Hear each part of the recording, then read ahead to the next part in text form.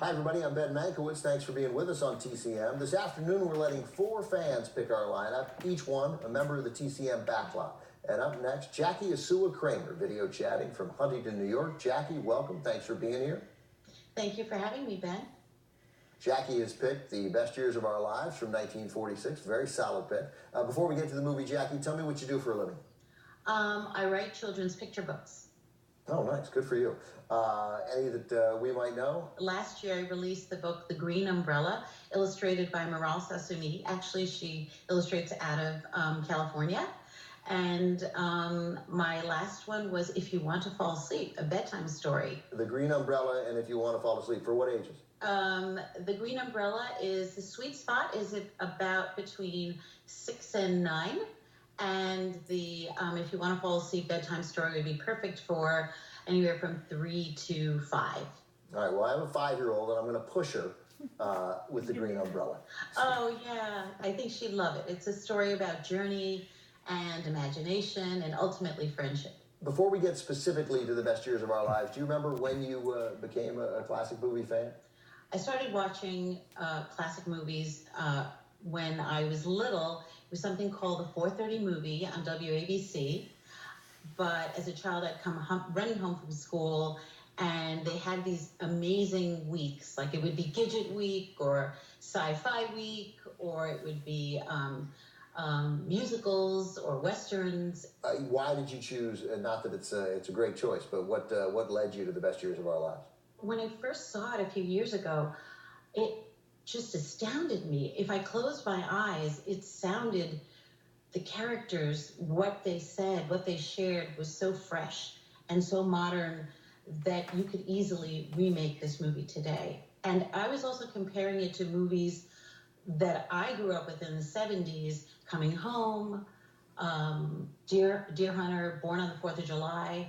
And I thought they were cutting edge, discussing PTSD and what it is to be a soldier coming home to a changed world. This movie seems wildly out of character in so many ways for 1946.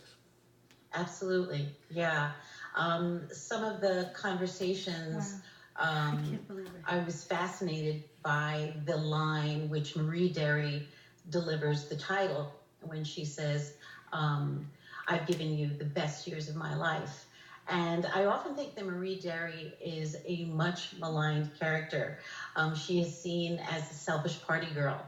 And I see her completely different. She has a job, she's making her own money, she has her own place, and she's loving it. And now, yeah, Fred comes home and basically tells her to quit her job. And I can imagine for a lot of women, like Rosie the Riveter, it was very frustrating. I wouldn't say I see her totally differently. I think she is selfish. I think she is money-driven, but she has also suffered some sort of tragedy of her own. And being asked to just instantly quit a job, which you clearly like doing because your chauvinistic husband has returned from war, that is a difficult thing to deal with. Yeah, absolutely. And I think the line also, the title has another layer that's very interesting too to me, very compelling, which is what really are the best years of their lives? Are the best years of their lives when they were at war, when they had this exciting job, like Fred as a bombardier, and he, was making money, it was camaraderie, 3 squares a day, he traveled, how exciting. But could the best years of their lives also be what they gave up? So their youth, their innocence, love, relationships left back home. So it's a pretty compelling and interesting title. Let's take a look at it. Thanks very much. Picked by TCM fan Jackie Azúa Kramer from 1946. It's the movie Betty Davis called The Greatest Film Ever Made.